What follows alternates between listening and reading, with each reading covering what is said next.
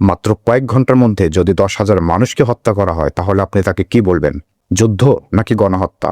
যদি আমি আপনাকে একটা নদীর কথা বলি যেখানে এত পরিমাণ মানুষের রক্ত আর লাশ মিশেছিল যে সেই নদীর মাছ মানুষ মুখে তোলার সাহস পায়নি বহুদিন, সেদিন কি হয়েছিল চুকনগর বাজারে? কেনই বা মাত্র কয়েক ঘন্টার মধ্যে হাজার হাজার প্রাণকে বলি দিতে হয়েছিল? এই সব প্রশ্নের উত্তর খুঁজব আজকের ভিডিওতে।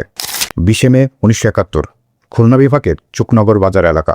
মুক্তিযুদ্ধের সময় সবচেয়ে ভয়ঙ্কর গণহত্যাগুলোর মধ্যে অন্যতম ছিল চুকনগর বাজার এলাকায় গণহত্যা।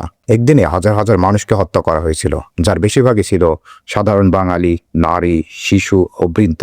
প্রশ্ন হলো, এরকমটা কেন হয়েছিল? 1971 সালের মার্চে পাকিস্তান সেনাবাহিনী অপারেশন সার্চলাইট শুরু করার পরে সারা দেশে হত্যাযজ্ঞ শুরু হয়। খুলনা, যশোর, সাতক্ষীরা, বাগেরহাট সহ দক্ষিণ পশ্চিমাঞ্চলের বহু মানুষ সীমান্ত পেরিয়ে নিরাপত্তার জন্য ভারতে যাবার চেষ্টা করছিল।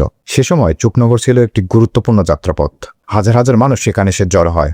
কেউ বিশ্রাম নেয়, কেউ খাবার সংগ্রহ করে, কেউ নৌকা করে সীমান্তের দিকে রওনা দেয়। ঠিক একইভাবে 20 মে সকালেও চুকনগর ও তার আশেপাশের এলাকায় বহু মানুষের ঢল নামে। কিন্তু হঠাৎ দুপুরের দিকে সেখানে পাকিস্তানি সেনাবাহিনী ও তার সহযোগীরা পৌঁছে যায়।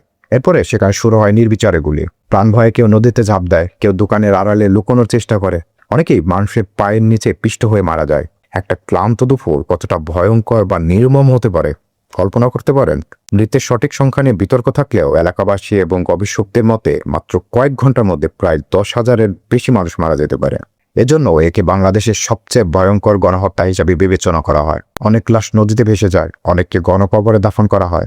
ফলে মৃতের প্রকৃত সংখ্যা নির্ধারণ করা আজও কঠিন। একটি বাজারে আশ্রয়ের আশায় জড়ো হওয়া হাজার হাজার মানুষকে মাত্র কয়েকজন সৈন্য কয়েক ঘন্টার মধ্যে নিঃশেষ করে দিয়েছিল। তাহলে ভাবুন তো, প্রকৃত যুদ্ধের ভয়াবহতা আসলে কতটা নির্মম ছিল। আপনার মনে কি এখনো সন্দেহ আছে যে পাকিস্তানি সেনাবাহিনী আমাদের ওপর অত্যাচার করেনি, আমাদের ওপর জুলুম করেনি, আমাদের ওপর নিপীড়ন করেনি? আপনার মতামত অবশ্যই আমাদের কমেন্ট বক্সে জানাবেন। আজকে সেই 20 মে, সে কালো দিন। প্রাণ ভরে স্মরণ করি সেদিনের সেই শহীদদের, যাদের রক্ত আর আত্মত্যাগের বিনিময়ে পেয়েছি আজকের বাংলাদেশ। ভালো থাকুক আমার বাংলাদেশ, আমার জন্মভূমি। Thank you.